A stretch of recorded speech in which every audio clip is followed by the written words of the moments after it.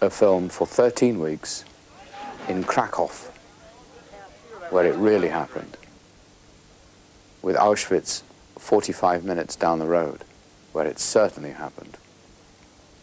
And I must say, to be honest, a part of me thought, oh no, oh no. And another voice in me said, Ben, you've got to. I remember my first exposure to the Holocaust was newsreel footage and still photographs, which was all in black and white.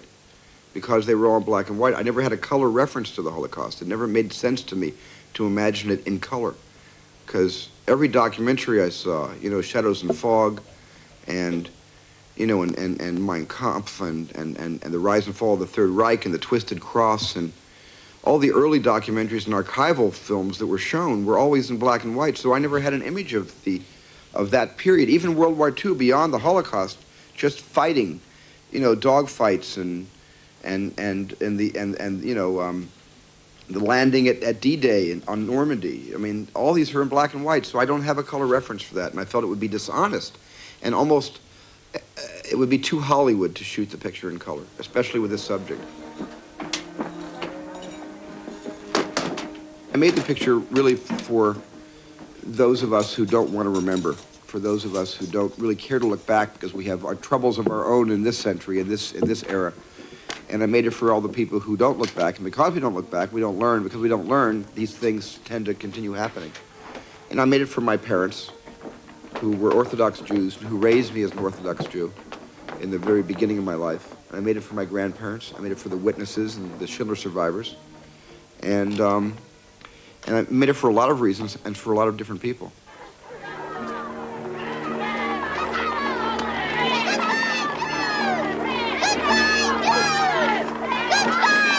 So eventually, having met Stephen and having talked to him about the ideas he had for the film and for the character that he was asking me to play, I felt it was imperative that I was part of this great adventure and this great experiment in filmmaking, because what I think we are presented with now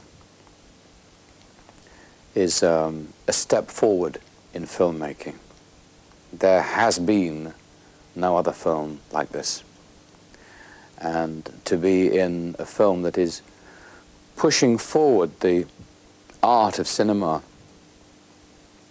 and pushing forward the boundaries of storytelling and narrative, to be a part of that team is very thrilling. And now, of course, my answer is, thank God I was there. I worked with Stephen on his most inspired project.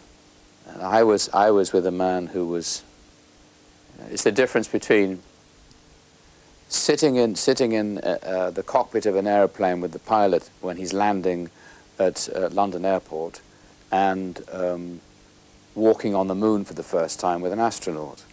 I mean, you're still flying, but the difference between the one and the other is enormous. Now, we were walking on the moon.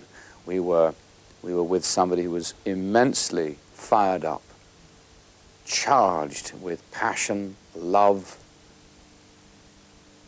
sympathy, rage about what happened in Europe and is still happening, what happened in Europe between 1939 and 1945, and to be with that man, and to be at the receiving end of his encouragement, guidance, direction, gratitude, at the end of every day, his gratitude, simple gratitude to everyone on the set was very touching. It was wonderful. Smile.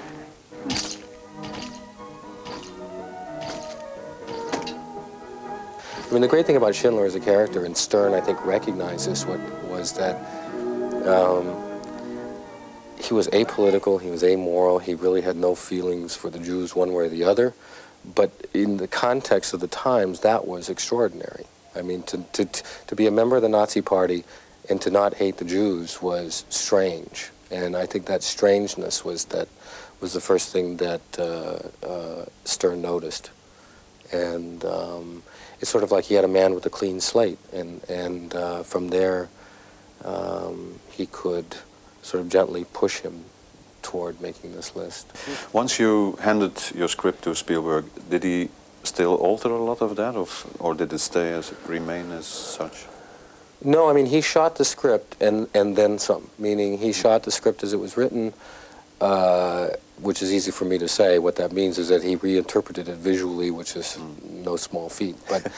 But in addition to that, there are scenes, and I'm thinking specifically about a very long sequence, which we always call the liquidation of the ghetto, which goes on for, it seems to be a half an hour. I don't know how long it really is.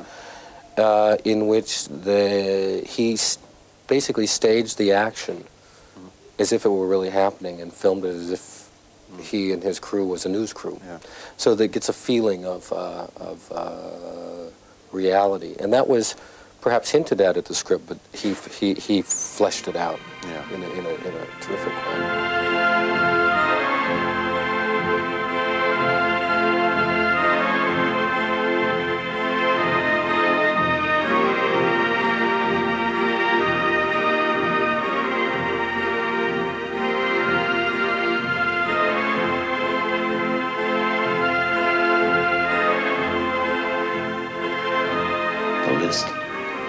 Is alive.